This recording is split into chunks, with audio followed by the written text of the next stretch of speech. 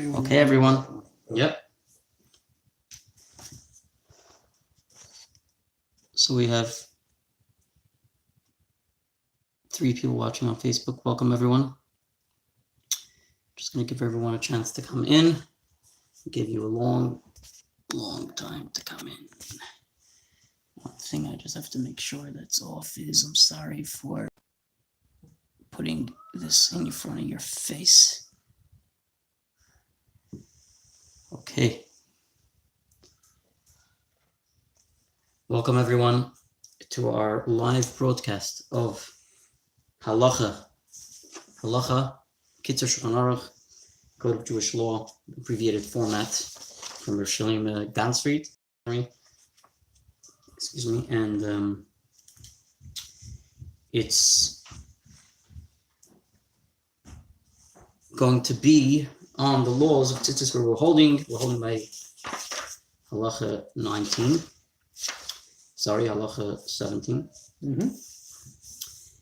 And thank you all for watching.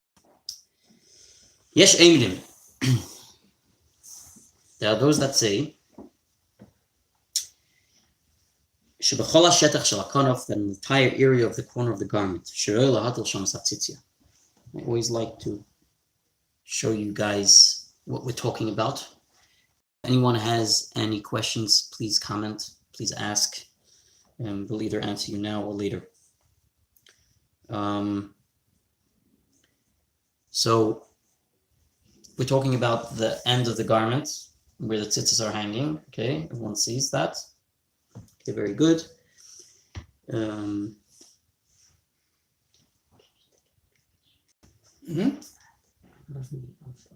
They're crazy two cameras going. Pretty impressive. So that's what we're talking about. We're talking about the end of the garment, and that's where we put the tzitzis.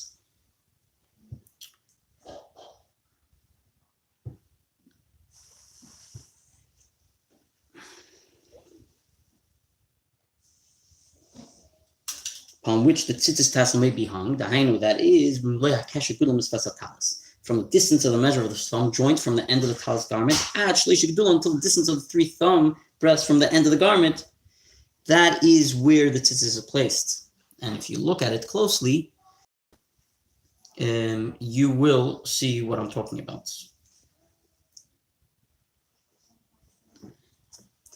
You will see what I'm talking about. So you see, so the tzitzis are here. Just in case anyone's not aware, we have 2 cameras. I feel famous over here. I have 2 cameras taking footage. One simultaneously. One is on one platform and one is on a different platform. One is on Facebook, one is on YouTube. And with Hashem's help, we'll have many more platforms. You might have to line up a whole bunch of cameras. So this is like makeshift. You think you have to go to a studio to come to Chabad. We'll teach you how to put a studio together. And I'm hoping that everyone's enjoying from WhatsApp. We want to thank WhatsApp, all our platforms, WhatsApp, Facebook, YouTube, and all the groups out there that are watching. What's for dinner tonight? Kosher, Queens Jewish Community, New York City shuls. Events in Bukharian community. All of you, thank you for always featuring our classes, our events, and you can watch them on all these platforms right now live.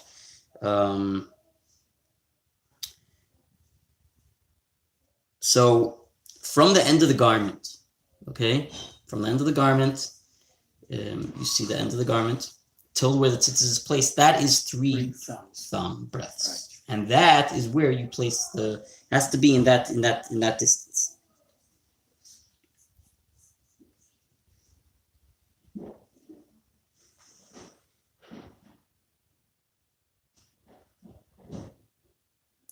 So it has to be the amount of he says, from the distance of the measure of a thumb joint from the end of the talis garment until the amount of 3 thumb breadths from the end of the garment. like we explained already earlier, he says there should not be no stitching over there, even a small amount of any thread. Stitching that is kosher enough to make tzitzis. You're not allowed to use anything which would be the same type of material that you can make tzitzis. Even the minute amount.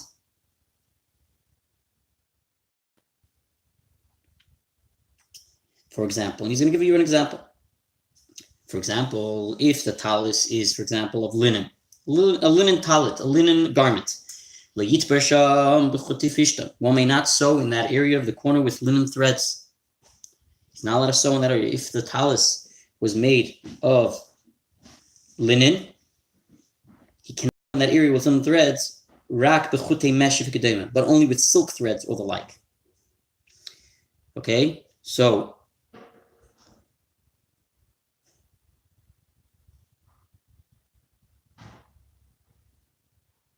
he's talking about the actual garment is made of linen. He shouldn't be making stitching in that area of linen. Only he's allowed to make of silk threads or the like. And if the talis, and it was a silk talis garment, what if it was made of silk? He may not sew in the area of the corner with silk threads.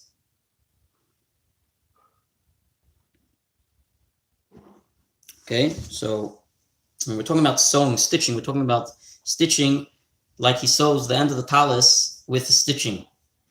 Mm-hmm. Okay, anything in that area that's stitched, like we said, any of that area which is what we consider classified the tzitzis, that is really the obligation of tzitzis, is that area. Anything in that area that's stitched with the same material of the garment is not allowed.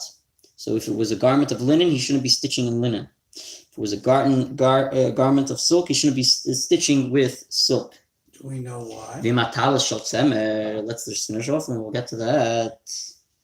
Perhaps if the talis is of tzemer, if the talis is of wool, he may not sew with linen threads, but rather with silk threads or the like.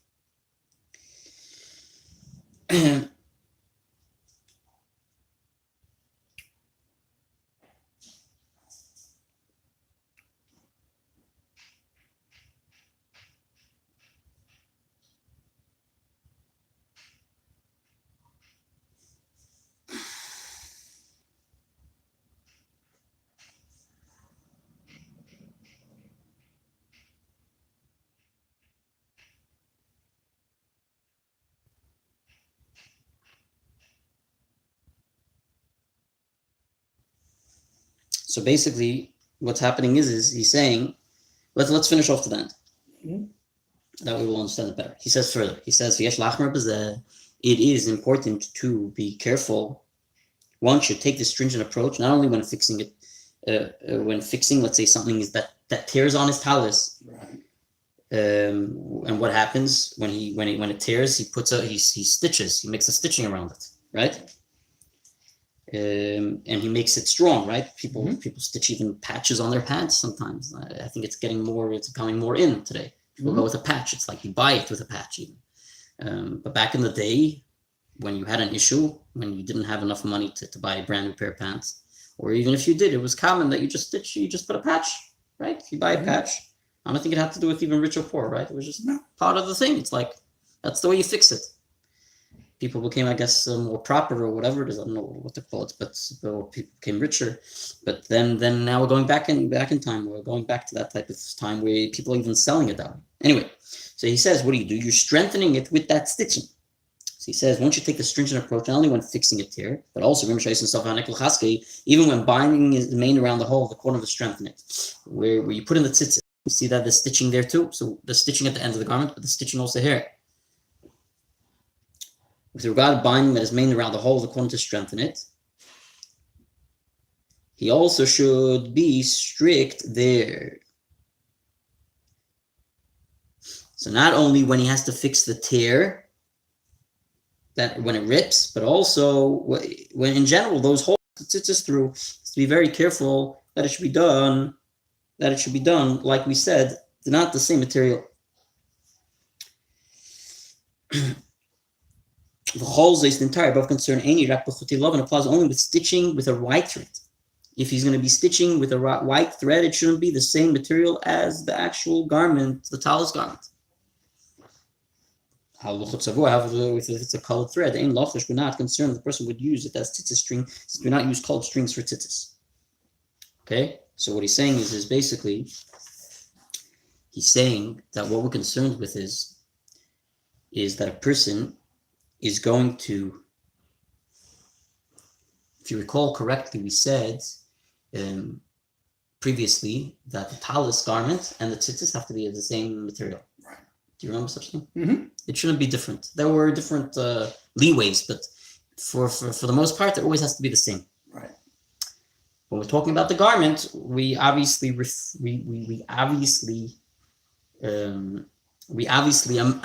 that it's the same material. Mm-hmm. Therefore, when a person is stitching his garment, and he has, sometimes what happens is with these stitching is the stitching starts coming out. Right. And it's not kosher tzitzis, it's stitching. And because it's going to come out, it's going to hang like tzitzis. And especially if it's hanging from the area where the tzitzis usually hang from, he's going to actually use that as tzitzis, and he's going to start making brachas on it. Right. That is our concern. And that's why we're saying, don't use the same material, because that way you'll be able to identify that it's not the tzitzis material. Number one, you'll right away say, this is not my tzitzis. This is not wool. Wait a minute, my talis is of wool, so my tzitzis are of wool, and this thing that's hanging out is of a different material. Mm-hmm. So for sure it's not tzitzis, and then I'll quickly make sure to get rid of it and do the right thing and make the bracha on the right tzitzis. And he says even furthermore, you should be careful and make sure it's also of a different color, because that way you'll for sure be able to identify and you'll never get into a problem, because tzitzis has a color white. Right? Tzitzis is the color white, and he's saying make sure that the color of the color of that stitching is of a different color. So that way, even though we sort of are saying, okay, fine, we'll take care of that issue because you'll use a different type of material, but it should also not be a white material when you're stitching, because that way you'll for sure be able to identify it's not the tzitzis string if it falls out of its place, if that stitching comes out, and you'll see it's a different color. You'll definitely not use it to make a bracha with it for tzitzis. Make sense? Mm-hmm. Any questions? Okay, so that's what he's saying over here.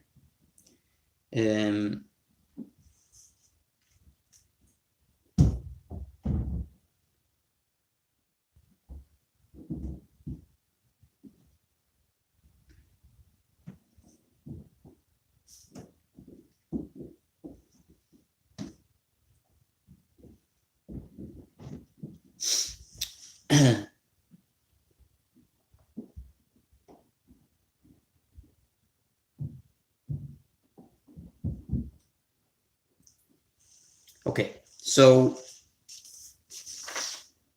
we're holding by Halachah 18.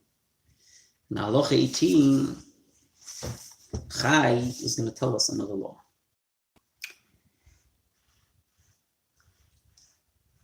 You're welcome to take a drink, by the way. I'm good. You want something? I'll pour you some. Okay. David Mordechaiv. Now, I have to say, David Mordechaiv, thank you for watching. David Mordechaiv, I still remember him. He never came ever since. I think I chased him away. But David Mordechaiv. You didn't chase him that far away. David Mordechaiv is one of the guys that came to help us once for a minute.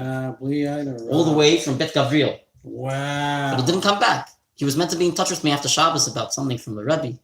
That's it. Well, he vanished. Nice but you know what? He sent me regards recently. He became my friend on Facebook. So hopefully we'll see him soon. Yeah, maybe surprises the Shabbos. We're going to have a big Kiddush of Shabbos. We're going to have a nice Kiddush of Shabbos. Yes. Sponsorships are welcome. Anyway, David, it's always great to see you. Thank you for watching. So we're learning halacha over here. For those of you that don't know, sometimes you think you're wearing tzitzis. You're not sure. You say, this is tzitzis. This is not halacha. No, tzitzis is halacha. Just in case someone's not aware. It's not a nice garment like Nordstrom's used to sell these scarves. You know what I'm saying? This is halacha. Anyway. So what if a person wants to... Thank you very much. No problem.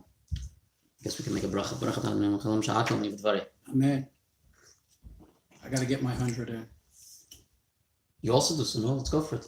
No, I'm done. I'm done. So I had to get my 100 blessings in. Okay, but you maybe have to make some more blessings. No, You already did 100? I did 100. 100%, you counted? Yeah, you have to count.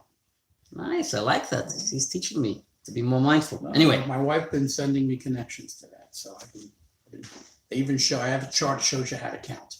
Kidding me? But there's an app like that? Yeah, I'll send it to you. There's an app for 100 blessings? It's just a chart. Yeah, Cool, wow. I'll send it to you right now. Go ahead. You do your thing, I'll do my thing. No worries. Okay. We have people waiting online to hear. Anyway, if Reitzel lahasir tzitzis min hatalis k'dei litis bei tzitzis acheres. What if person has a talis and tzitzis strings? They're all in good condition. One may not remove the tzitzis from the talis for no reason, for no good reason, leaving the talis without tzitzis, because then that would be a concept of disrespect for the talis, which is meant to be used for a mitzvah. If it's like a mezuzah on the door, if you're taking off the mezuzah to check it, then it's okay. And people always are scared. Someone just asked me the other day, if anyone needs mezuzahs checked, please let me know.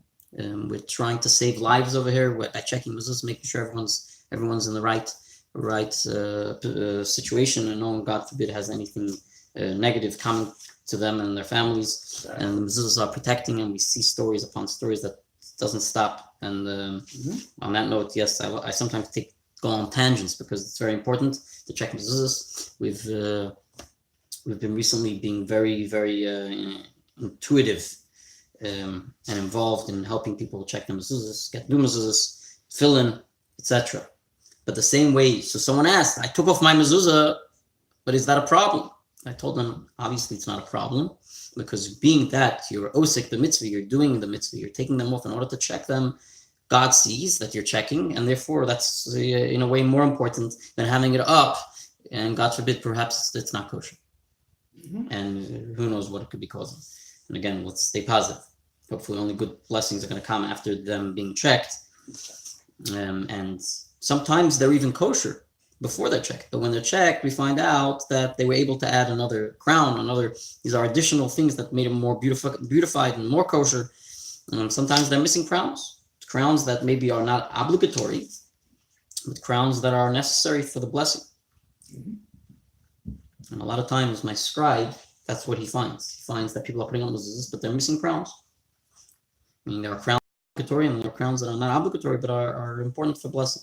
Anyway, that's just an idea to understand the concept of kosher. When you say kosher, could be a mezuzah is kosher. Question is, are we beautifying it? Are we channeling in the blessing in its fullest way? So the same way we say that if he's doing a mitzvah, he's taking the mezuzah off the door because he's going to go get them, it's okay even for those 2-3 days. We say as well that when a person takes off tzitzis from a garment, even though it's disrespectful for a garment to be without tzitzis on them, a four-corner garment should have tzitzis on them, and it's used for a mitzvah, it should be respected and have its tzitzis are hanging off them. Picture a Torah that's kosher. The Torah is not kosher is a different story. We have a Torah like that. It's not kosher and it doesn't have its arms. The picture of Torah that's kosher without arms. It's not respectful that a Torah should be sitting in an ark without arms. And we won't be using such a Torah on Shabbos, even if it's kosher, by the Amud, by the Bima. The Sephardic Torahs, they come like they're like the they're built in this case, and they are like the scroll that rolls. It's a little different. That doesn't need to have arms, because its arms are situated in a different way, and that's the way it goes. But a regular Torah that has its what we call atzei chaim. It's wooden handles. If it doesn't have its handles and it's a kosher Torah, it's disrespectful for the Torah. It should have handles. It should have feet. Torah also wants to dance on Simchas Torah, right? So that's it. We have to be careful. So the concept is also here. We're saying that if he takes off the tzitzis, but he has an intention to put them back on, he's just wanting to take them off to replace them, etc., then it is permitted. It says like this: if one wishes to remove the tzitzis from talis, in order to put on other tzitzis, yeser yafis, nicer, beautiful, clean ones. Some of us, we should be more careful, but we have long tzitzis. We don't tuck them in enough, or our custom is to wear them very out. And therefore they drag across the floor, and if it's a very muddy area or dirty area, they get schmutzig and they don't look nice anymore, and it's not even respectful to walk around that way. So what does he do? He says, you know what, I have to clean my tzitzis. Now cleaning them in the bath in the laundry is not going to help. It's black and it stays that way pretty much. It's not like the garment that could get removed by these tzitzis. They stay black usually. I want to repair them. I want to take off and make them nice and beautiful, brand new fluffy ones. Nice, gorgeous. Picture on Yom Kippur and on Pesach come with these shining new tzitzis, right? A lot of times that's what we do. Before Pesach we buy a new tzitzis. Before, also because of chametz, we're concerned, it was dragging in who knows where. Yeah, we take our talita, we would bring it into either to a cleaner or buy a new one, depending on the situation, right? And a lot of times that's what we do for the New Year, Rosh Hashanah. It happens to be my birthday too, so that's why it's a nice time for me to buy a beged chadash, a new garment. So I always tend to buy a brand new pair of tzitzis because these are things anyways.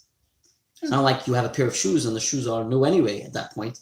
So there's no reason to buy it. Tzitzis, they always could use a refreshing, right? Especially if you're wearing them all the time. So that's why he says, so what is he doing? He's taking them off and he's putting them on, he's putting on new ones. Or because one of the fringes of the current tzitzis tassel was severed, it's not kosher, now he needs to put on brand new ones. He has to put on complete strings, right? We mentioned previously that there are different situations will make it invalid. Sometimes it's not the best way it should be, even if it is still valid. It's not nice that it should be cut strings, even though we said sometimes if it's cut, it's still okay. Yeah, based on which one. Like he says, even if the strings are still valid. Like we said above, Mikal Mokim. Nevertheless, mutter, this is nevertheless permitted. This is because he's not taking them off to leave the talis without tzitzis. That's not his purpose, even though they were still kosher before, and he wants just nicer ones, right?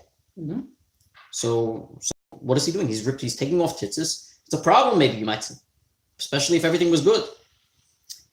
He's not canceling out the talis from the tzitzis, and he's not like dismantling a talis. He's not being disrespectful. Adrabah, because his intention is going to be to put on nicer ones. And he's going to be more careful when he takes them off. Also, not to throw out the first ones in a not nice, different, in a not suitable place, right? So,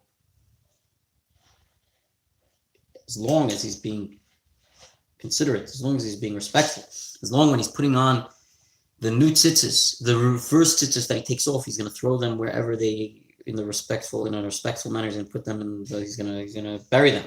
Yeah, they have to be buried. And he says you shouldn't be throwing them in a garbage, right? That's what he uses in a disrespectful place would mean disposing them in a garbage. He, as long as he doesn't do it that way, and his whole point is to make it nicer, that is allowed, and it's not considered disrespectful to dismantle a pair of tzitzis. That's this point over here.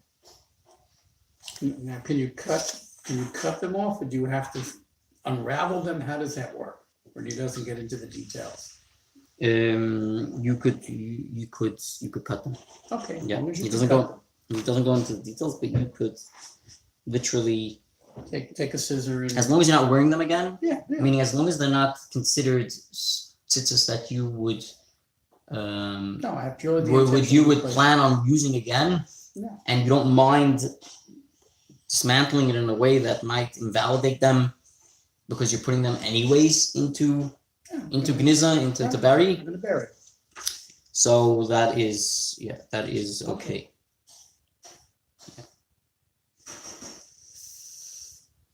19. And he says furthermore, and even tzitzis that did become non-kosher. And he took them off.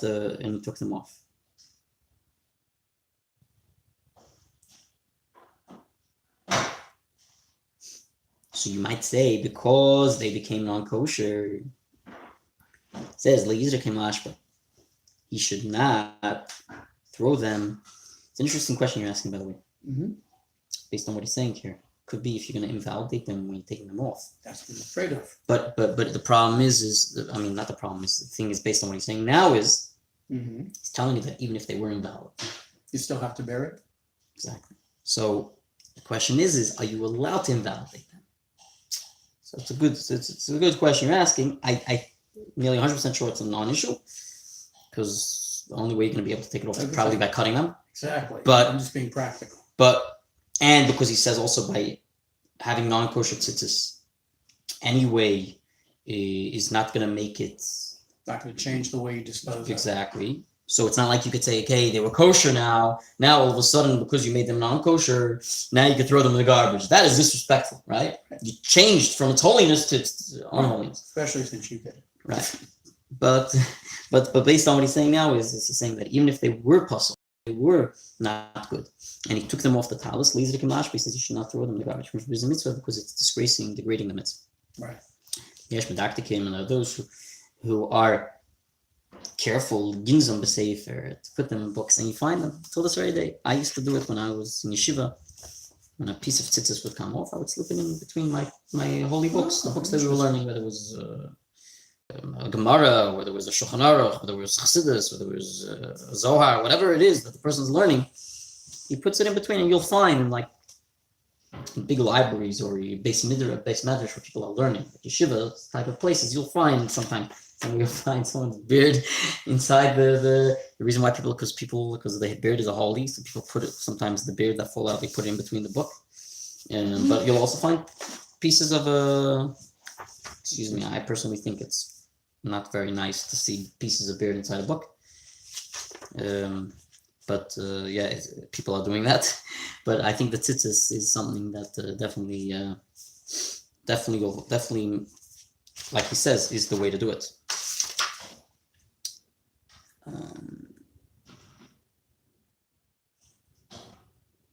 So there are those that are careful to put them into a book.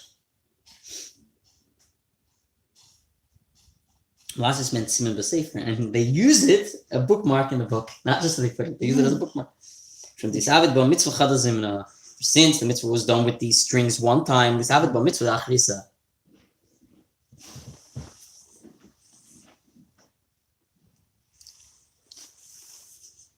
Thank you. Yeah, at least Avid Ba Mitzvah Achrisa was still playing. It just had something in the background. Anyway, so he's saying because one mitzvah was done with you were doing tzitzis, you should do another mitzvah with it. And therefore doing another mitzvah with a holy book, using it as a bookmark is a holy thing.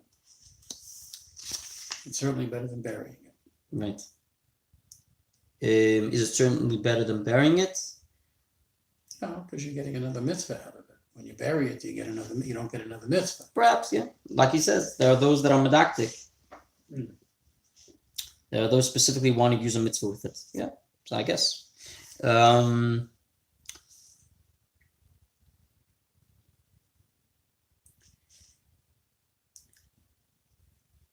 Next.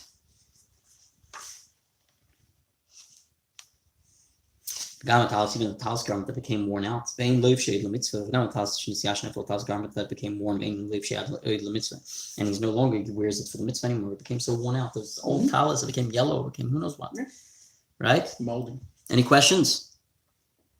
Hey you over there. Hey you. Any questions?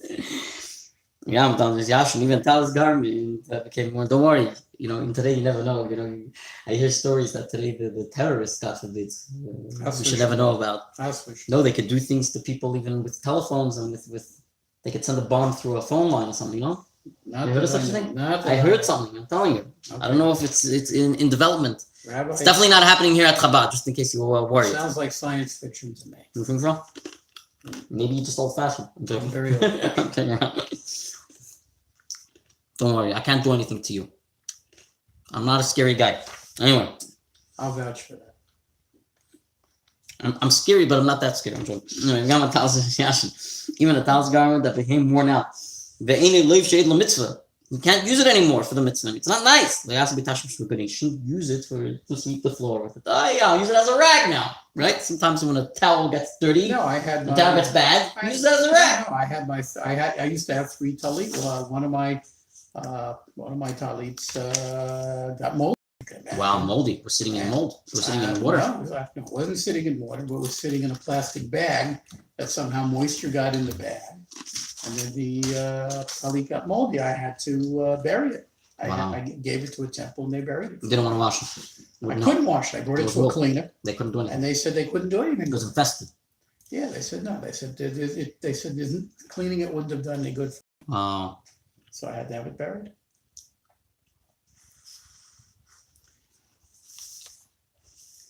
Wow. Anyway, so he says you shouldn't do something that's not nice with it.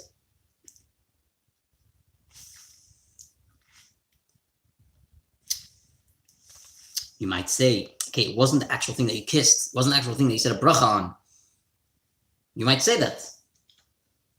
You know? Perhaps you might use that as a reason. No, I could use it to sweep the floor because that's not what I exactly used to say the bracha. I don't say a bracha on the garment. I say a bracha on the tzitzis of the garment. He says, no, it doesn't matter. Even though that wasn't the thing that you actually did the mitzvah with, he still should not use it for a degrading purpose. We're holding by 20, and we are going to finish today. I hope you don't mind. Hope you're still with me. Are we going running on time? Yeah, we're good. I just have one question at the very end. Please, you can ask it now. Oh, well, I was reading about the blue string in the tzitzit, and the fact that you're supposed to wait until sunlight so you can see the blue string in your tzitzit, but B, most tzitzit don't have a blue string anymore. So I want to know what the deal with that was. I know it's a particular type of shell, a particular type of fish that the dye would come from, and that is not very prevalent anymore. They say it's not exactly a fish, but it's like a sea mammal. It's like a sea mammal, but it's clear in the Torah. Hashem, the Hashem clearly says. Right, but we don't know where it is, so what should we do? Well, that's the question. He doesn't know what it is. Know what it is. Okay, but the question is could we? Is there a substitute for it? For what? For the blue, and not for the blue dye. I mean, it's not true. I don't think it's a pure blue. Yeah, but it doesn't have to be blue. I don't believe it has to be blue. That blue. No, but the point is, Meaning it doesn't have to have a fish. You don't have to have a fish, that fish blue, in order to differentiate. No, but that's not what I'm saying. I've seen very few have to have a blue talit katans, or especially talits, that have that blue string. Number one, blue string or blue stripes in the talis? Well, not blue stripes. That's not the same thing. No, that's just the blue. Yeah, blue. Because stripes are a different issue. You got Sephard that don't have stripes. Nice colors. And Ashkenaz they have colors. They have some that have these. But I'm talking about the particular string that Moses was commanded. I think Alan has one on his talis. Yeah, you're right. But I'm just saying, I've hardly ever seen it. And so what? So are you saying are we? Well, I was reading the Chefetz Chaim on it. Are we losing a mitzvah? What are you saying? Well, Chefetz Chaim says rabbis basically ruled because it's so hard that we live without it, but he's still. It's not complete. The mitzvah is not complete. Exactly right. He's citing the Rambam saying it's not complete. Makes sense, yeah. Rashi would say it is. The Rambam says it's not. And I think it's just an issue that we should keep in the back of our minds. Correct, yeah. No, it's something that we should have if we were able to have, and that's why the others that say that they think they know what it is, and they think that it must be done this way or not. Well, the other interesting challenge is in terms of the timing of when you put on your talit. It says you must put it on to a point where you can see the blue string. Well, if you don't have a blue string, but it's not about the blue string. I think, unless I'm mistaken, I mean, I could double check, but I think for the most part, I think it's talking about the color blue. Okay. You should be able to differentiate between colors. Okay. That's the point. Yeah, but it should be such a light that should be able to should give you the opportunity to differentiate between colors. It's an interesting point that you're mentioning, that the string of the talis has a blue in it. Yeah. Something interesting that I would look into more, and perhaps it has to do with that, but it's not going to make it or break it. That's what I mean to say. If you're concerned that was the only way we're going to number one today with there's many, it's basically back in the day that was the only way they were able to really differentiate, but it's the main thing is that you could differentiate the colors. It's an interesting thing that you're noting about the talis itself, the tzitzis itself, that it happened to be the times, but the times are not only the tzitzis, there's times of also yes. I mean, there's a person that won't put on the talis in the morning, but he has to pray, right? So when we're saying he has to differentiate between so he's wearing the tzitzis, perhaps. Right. Perhaps he's wearing the tzitzis. Okay, interesting point. But I don't think it's it's bound by that specific color on your tzitzis. And then you're asking if it was, and we don't have it, how's it going to help us? Exactly. Because it wasn't. I don't. As far as I understand, it's not. It's not based on that. Okay. It's based on the color. Period. It's an interesting thing that you're mentioning. That it happens to be that on the tzitzis you were wearing, it had that color. Maybe the rabbis used that as a base. No, I'm saying it because Right. I'm going back to the intention. What's the intention of telling me I can only put a talit on at a certain time of hour to see color if there's no color to see? It has to, I'm trying, I mean, I may be using logic where there's real logic. So you have a good question. It's maybe, one of it's those. how do you say it? No, it's how do you say it? I don't know if I should call it a it's not a theory, but it's It's a conundrum. no, it's how do you know that the sun rose? Right? How do you know that the sun, this is the time, not that the sun rose, but how do you know that this is the exact time that you're allowed to Put on talit. put on the talis or tefillin or daven? Exactly. How do you know? So we know that the law is the sun had to have risen. Right. Right? It says that it's either Alisa Shacha, the morning star rises, or the sun rises, etc. So when he teaches us his laws, he wants to give us, especially back in those days, how are we able to really know that that is the time? If a person that has eyes has that clarity, that the light is so light outside, that he has the ability to see, meaning it's light enough, not so light, it's light enough, that he has the ability to see the difference between those colors, then, so you have to be able to, you don't have to actually take the colors and put them in front of you and say, do I see the difference? It has to be a concept that even a one-time thing, hey, perhaps if you wanted to do a test, you wanted to test yourself once and see that that's how it works. It's the concept, meaning it's trying to tell you that when are you able to daven when it's light enough? When is it light enough? When is that light enough time when a person could be able to see the difference to see those differences, to see those colors. You could see the difference between those colors. That's what he's trying to say. That's the light. Now, is it based on the talus that's in front of you or not? It's based on the concept that if those two colors are there and you can see the difference between them, then you know that it's the time to daven. Then you know that the sun is shining. Then you know that at least, meaning you can wait till 10, 11 o'clock and the sun is for sure shining. But we have a time that we have to daven. 10, 11 o'clock is too late. Yeah, okay. So when is that earliest time that he's talking about, or that time, not earliest time, the time that it has to be, which is that first moment, or those first hours, periods that you're allowed to daven. So when can you start to daven? When can you at least, it's based on being able to see colors. Now, if it's totally black outside, that's the whole point. How do we know that it's light? Because you could see the difference between colors. Because if it's totally black outside, then you would never be able to see the difference. It's like the twilight, right? The twilight in the middle at night. It's like that black, but it's not black. And you could still see a difference of colors. So you could see that this is that and that is that. You could see differences. But then all of a sudden it's nightfall and it's totally night. And then you can't anymore see. Everything looks black. You walk into a dark room, everything's black. You never see the difference. That's really what he wants to get to. But you have a point, and it would be interesting to look into it more. Perhaps it is also based on, that's why they use that. Since it was a ready test.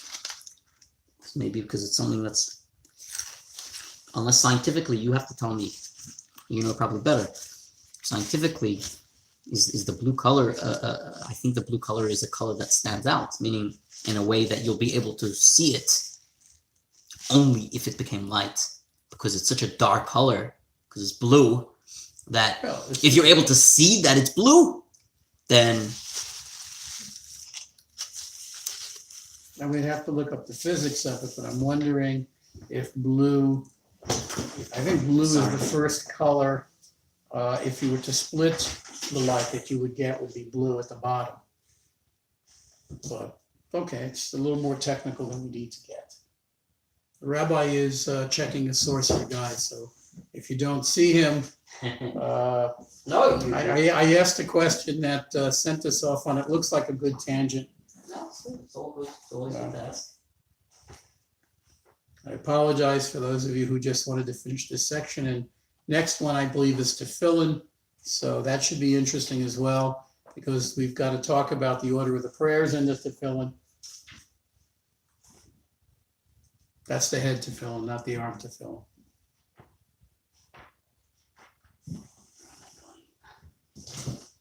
Oh, but you're having a good time. I don't know why. No, we can save it for the next one. No.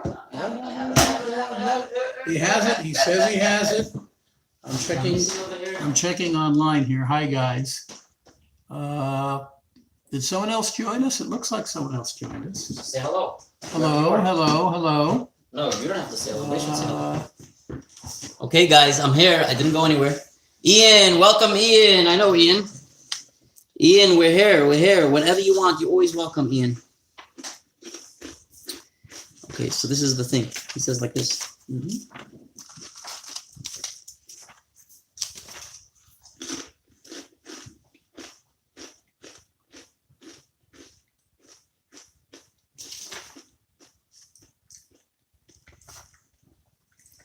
I just wanted to see the source to not say it by heart and make a mistake. He says like this, the second Mishnah of Brachas. When do you read the Shema in the morning? Kriya Shema. Yeah, and this is probably one of the things you're referring to. He says, Mishiyakir Bein Techil Lo. He says, when these two colors, and Herb is right. Could be I overlooked it when I went to yeshiva. Herb is right. Do you remember learning it, or you're just guessing? I just read it. Because you saw it in the Chafetz Chaim. Very nice. Yeah. Very good. I didn't realize you were saying it based on the Chafetz Chaim. He said it had to do with the tzitzis. Yes. I didn't understand. Okay, No. so he said it that it had to do with tzitzis. Oh, I thought it was your assumption. No. I'm sorry. Of course, if the Chafetz Chaim says, then yeah. He said it, but I wanted to verify because I've never read it before. Very good. So he's getting it from the Mishnah. That, in fact, the Kahasi, where he got it from, he would probably say here.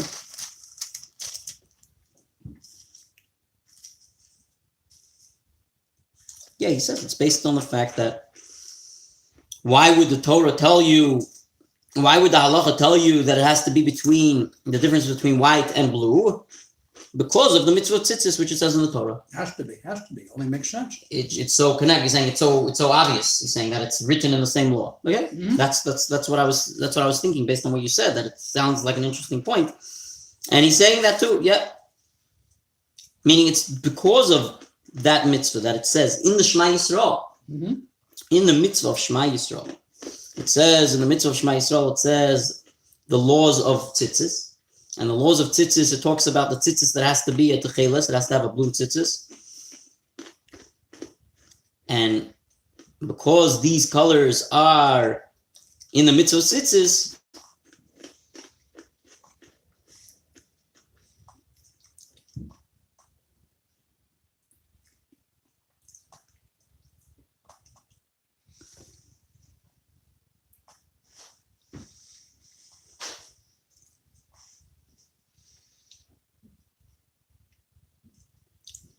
and he says, because the mitzvah of tzitzis is written in Kriya Shema, he says like this. He says an interesting point there. He goes into the depth of what the Chafetz Chaim meant. The Mishnah Brura. That's what you're referring to. You read it in the halacha of the Mishnah Brura. The Chafetz Chaim found the author of the Mishnah Brura. He says like this: the Chachamim Amru, the Chachamim, the rabbi said, that the blue is similar to the sea. Right. The Yam Daimel Rakia, and the sea is similar to the heaven. The Rakia Daimel Evan Sapir, and so the heaven is similar to an heaven, to a very, very beautiful blue stone. And Evan Sapir and that beautiful blue stone is similar to the resting place of God. Rambam says, this tchelis that it says in the Torah, Akanov Pesil Tchelis says, Zui Dmus Arakia. This has to be it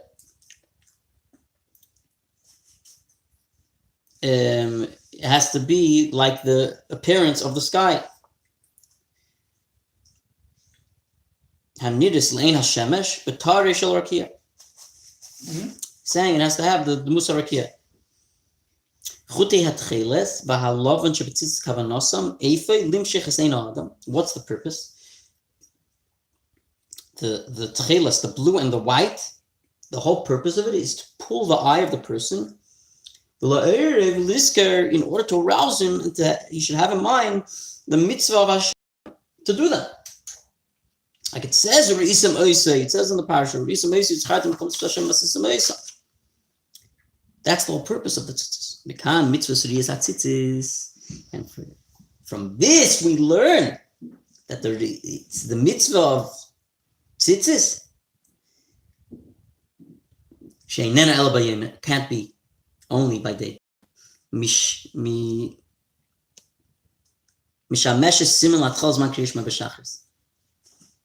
Because we wear it at night for Rosh Hashanah, for Yom Kippur. And that's why he says,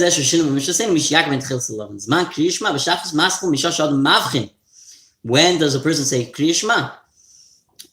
When a person is able to see the difference, and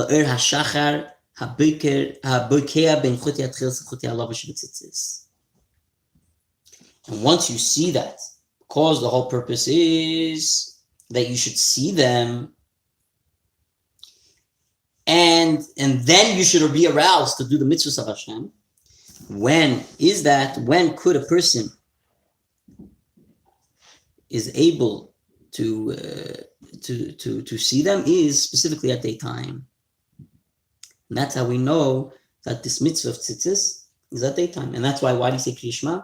Then you say the Kriya Shema, then because you don't say Kriya Shema without tzitzis. Because it's telling you the din of tzitzis. Right. That's when you do this also the Kriya Shema then.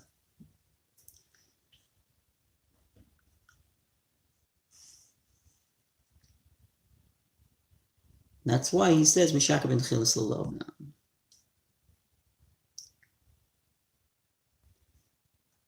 Very nice. Beautiful.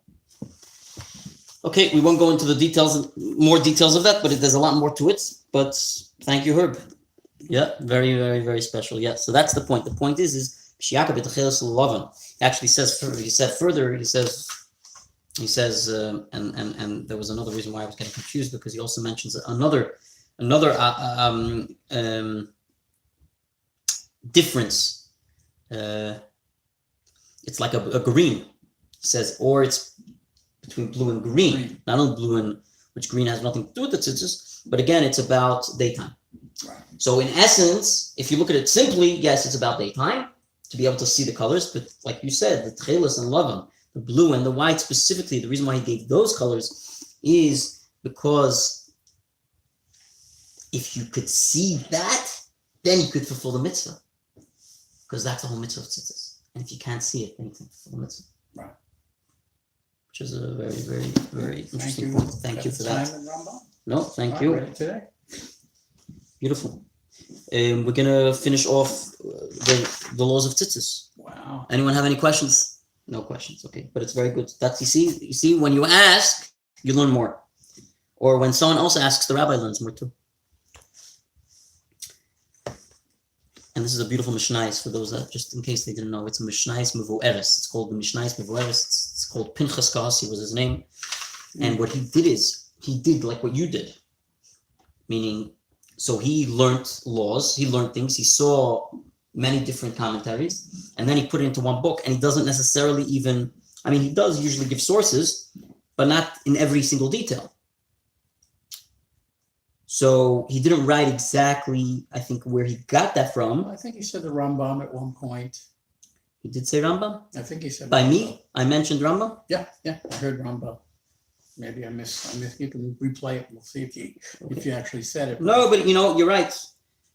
he's mentioning the sources, but a lot of it is probably very abbreviated in the sources. There's probably so much more because he basically went through all the different rabbis that are out there, and he pretty much put it all together to give you explanation, basically give you an understanding of the laws of the Mishnah, without having to go to all those sources. And that's why he mentioned, like what you said, time, and he mentioned it here, and it actually comes from a Gemara. In fact, I think he's bringing it from a Gemara, based on also the Torah. What the Torah says that,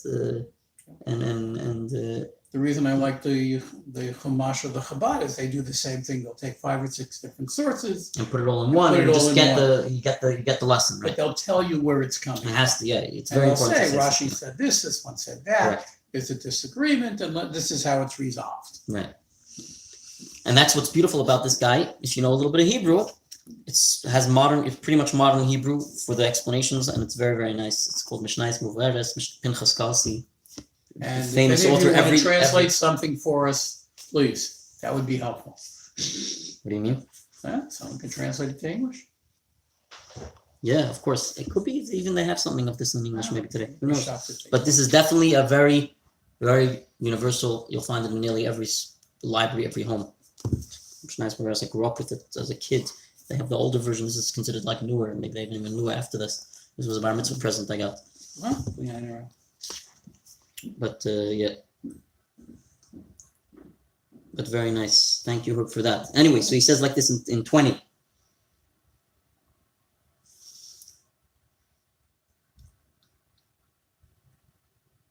So basically, based on what you said, it's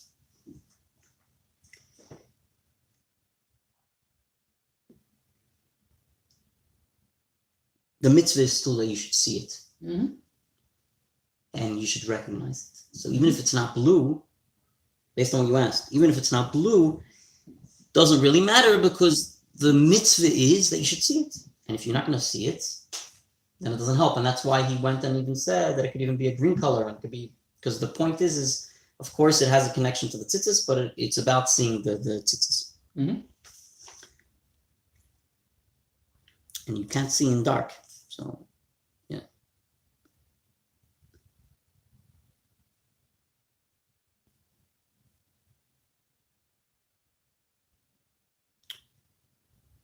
Okay, so he says like this. He says, we're holding by 20. Is that what I said? Mm-hmm.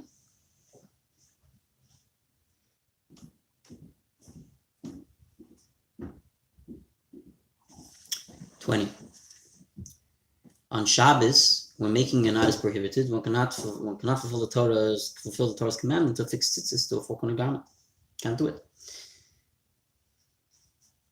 There's also a rabbinic, besides the Torah requirement to fix tzitzis to a four-corner garment, there's also a rabbinic prohibition against wearing such a garment.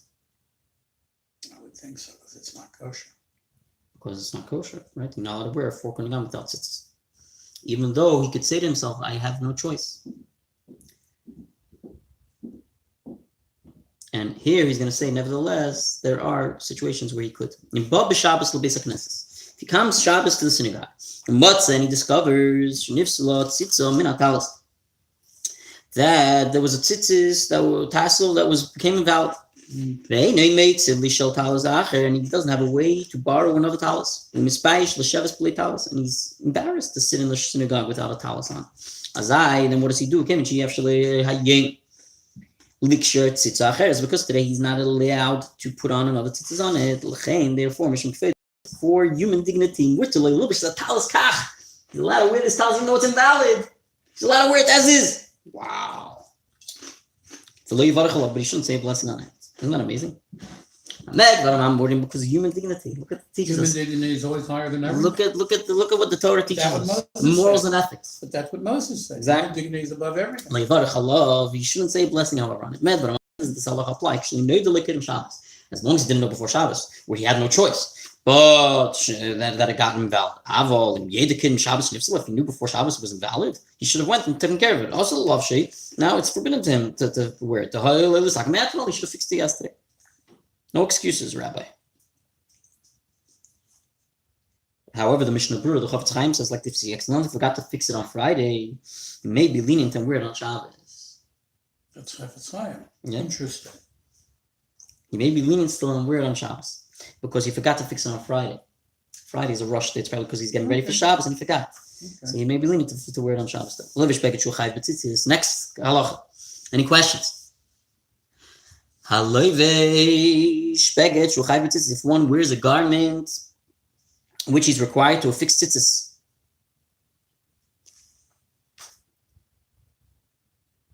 below tzitzis, and he's without tzitzis on it. Okay, now he decided he's wearing a garment, a four-corner garment, and it's obligated in tzitzis because it's four-cornered, but he's not wearing tzitzis on it. Hariz a bitel. Mitzvahs say he violated a positive command to the Torah, which says, that he shall make for themselves fringes in the corners of the garments. Yeah, it's necessary to be careful because with some of these garments, and we've mentioned previously about it, there are garments that the person wears, and they have four corners, and we're not realizing they could be shirts even that have four corners on them. They're not rounded at corners, and he's not wearing tzitzis on them. Because they are made in such a manner, they have four corners. And they have an obligation to have tzitzis on them. If one is not going to put tzitzis on them, he has to then fix their round the corner or something. Yeah, cut it. Do something. They shouldn't be four cornered. Right. He says, you should cut one corner. That should be rounded. Mm-hmm. However, but if he merely folded over the corner with tfare and he sewed it, that it looks like it's round, loy mahani does not help. As long as he did not cut it off, it is still considered part of the garment, and it's really a corner. How great is the punishment of one who violates the commandment of tzitzis? The greatest, he's saying, how great is the punishment of one who violates the commandment of tzitzis and wears it in such a manner, or wears a four corner in the garment and not putting on tzitzis. So wears a garment that could be a shirt, and because it's four cornered, he didn't take care of it, and he didn't cut it off. It's a violation. And then he finishes off. Obviously, we end in good. One who is careful with the mitzvot, he merits to greet the countenance of the divine providence. Wow, Shechana. He merits to see the face of the Shekhinah of God. Which is a beautiful way to end. We ended off the tzitzis, laws of tzitzis, and we're holding by the laws of tefillin. And we should continue learning Torah and fulfilling the mitzvahs. Thank you all for watching. This is Rabbi Mendy Hefter of Chabad of Farshos North. Thank you to all our viewers. Today's Wednesday. It's happy Erev Shabbos. Get ready this week. We're going to be here at Chabad, 9:30 a class, 10 o'clock services, followed by a Kiddush. If anyone would like to be a kind sponsor, please let us know. Dedications for a 5 minutes broadcast of Take a Shabbos Takeaway every Friday. You're welcome to dedicate, and we will mention it on our broadcast and also note it. And you could be in touch with us as well if you'd like to be part of that. Reservations for a March 1st dinner are taking place for our Friday night dinner. Please RSVP online, please convenience as soon as possible. And our Purim in the Persian Palace is already up. Please RSVP, and client sponsorships are welcome. Thank you all again. Anything else? No, we're good. Okay, thank you, Herb. Thank you, everyone. Hope you enjoyed. If you have any questions, you're welcome to ask, comment below in the links, or send us an email, or call us on the phone, or text us, you name it. In the meantime, thank you all. Hope you enjoyed. Laila Tov. Have a great night.